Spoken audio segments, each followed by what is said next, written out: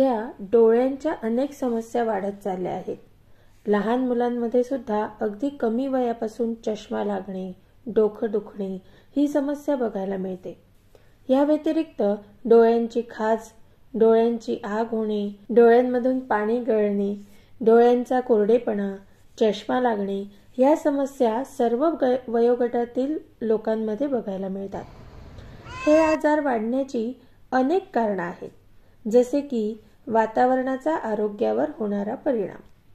बाहेर सध्या उष्णता खूप वाढत आहे आणि ह्या प्रखर उष्णतेने डोळ्यांना इजा होते. बाहेर वातावरणात असलेले प्रदूषण याचा देखील डोळ्यांवर परिणाम होतो. अपुरी झोप म्हणजेच रात्री सततचे जागरण ह्यामुळे देखील डोळ्यांवर ताण निर्माण होतो.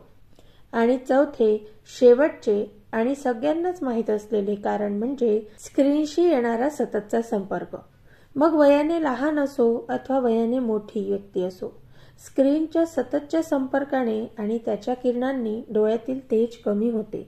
डोळ्यांमध्ये रुक्षता आणि ताण निर्माण होतो आणि डोळ्यांमधून पाणी गळण्यास सुरुवात होते. हे सगळं टाळण्यासाठी काय करता येईल?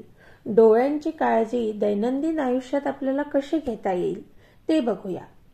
सर्वात आधी आयुर्वेदिक दिनचर्येमध्ये जे सांगितले आहे त्या विधींचा समावेश आपल्याला आपल्या दिनचर्येत करण्याची गरज आहे. जसे की सर्वात पहिली प्रक्रिया म्हणजे अंजन प्रक्रिया. अंजन प्रक्रियेतील एक प्रक्रिया आहे ती म्हणजे डोळ्यात काजळ लावणे. लहान बाळापासून तर सर्व वयोगटातील व्यक्ती हा उपचार करू शकतात. चक्षुष तेजोमयम तस्य विशेषात श्लेष्मतो भयम. डोळे तेजोमय आहे आणि त्याला विशेषतः कफापासून भय आहे. कफदोष मुख्यतः पृथ्वी आणि जल महाभूतांनी बनला असतो. त्यामुळे अंजन केल्याने कफाचा स्त्राव होतो आणि डोळे स्वच्छ होतात. पाणीदार, तजेलदार आणि सुंदर होतात. म्हणून अंजन म्हणजे काजळ नियमित लावावे.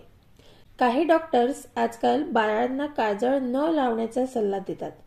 त्याचे कारण आजकाल जे काजळ विकत मिळतात त्यामध्ये काजळी न वापरता काळ्या रंगाचा वापर करतात.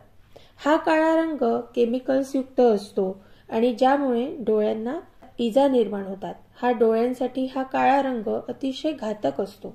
म्हणून मुळात काजळ बनवण्याचा जो ग्रंथोक्त विधी सांगितलेला आहे तो ह्या व्हिडिओमध्ये आपण बघतच आहोत, ज्यामध्ये औषधीने सिद्ध केलेले तूप आणि औषधी घालूनच वात बनवलेली आहे.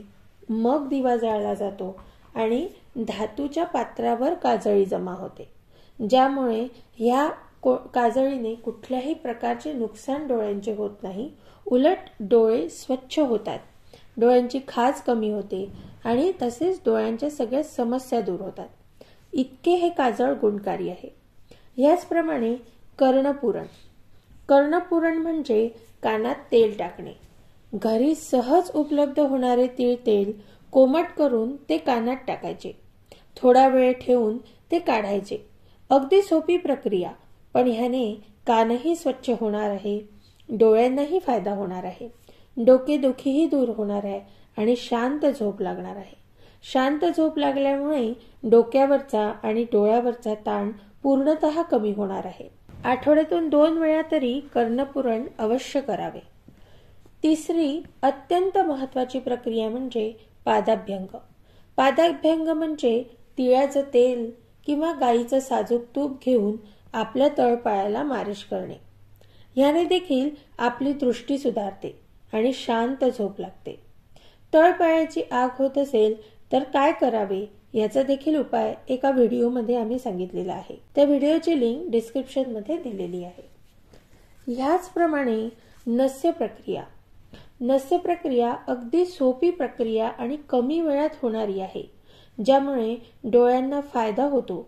डोळ्यांचे विकार दूर होतात, शांत झोप लागते, केस गळती थांबते, मानदुखी, सर्व्हायकल स्पॉन्डिलोसिस यासारख्या आजारांमध्ये वेदना दूर होतात. या सगळ्यांमध्ये नस्य उपक्रमाने फायदा होतो. म्हणूनच नस्य प्रक्रियेचा समावेश हा खरं तर दिनचर्येमध्ये केलेला आहे. दररोज नस्य कसे करायचे व्हिडिओची लिंक डिस्क्रिप्शन मध्ये दिली आहे. डोळ्यांसाठी आहारामध्ये कशाचा समावेश आपल्याला करता येईल तर त्यामध्ये आहे आवळा, त्रिफळा चूर्ण, त्रिफळा घृत, जुने तांदूळ, जव, हिरवे मूग, काळ्या मनुका यांचा आपण आहारामध्ये नित्यनेमाने समावेश करू शकतो. याचप्रमाणे डोळ्यांची स्वच्छता ठेवणे हे देखील तितकेच गरजेचे आहे. सकाळी उठल्यावर थंड पाण्याने डोळे स्वच्छ धुवून घेणे. जर डोळे गळत असतील तर त्यासाठी त्रिफळाच्या काढ्याचा वापर सुद्धा तुम्ही डोळे स्वच्छ करण्यासाठी करू शकता. वरील उपाय जर नियमित केले तर डोळ्यांचे विकार जसे की मोतीबिंदू, काचबिंदू, चष्म्याचा नंबर वाढणे हे सगळे विकार टळू शकतात. आणि ह्यामधील काही व्याधी जर तुम्हाला आता झालेलेही असतील तर त्यासाठी आयुर्वेदामध्ये नेत्रतर्पण, नेत्रबस्ती, आश्चोतन, पुटपाक, सेक, रक्तमोक्षण यासारखे पंचकर्मातील काही उपचार हे जवळच्या वैद्यांकडे जाऊन अवश्य करावे. याने चष्मा सुटण्यास देखील मदत होते. अशाच आरोग्यदायी व्हिडिओसाठी लाईक करा, कमेंट करा, जास्तीत जास्त लोकांपर्यंत हे व्हिडिओ शेअर करा. मस्तक आयुर्वेद या चॅनलला सबस्क्राईब करा. सबस्क्रिप्शन पूर्णतः मोफत आहे. धन्यवाद.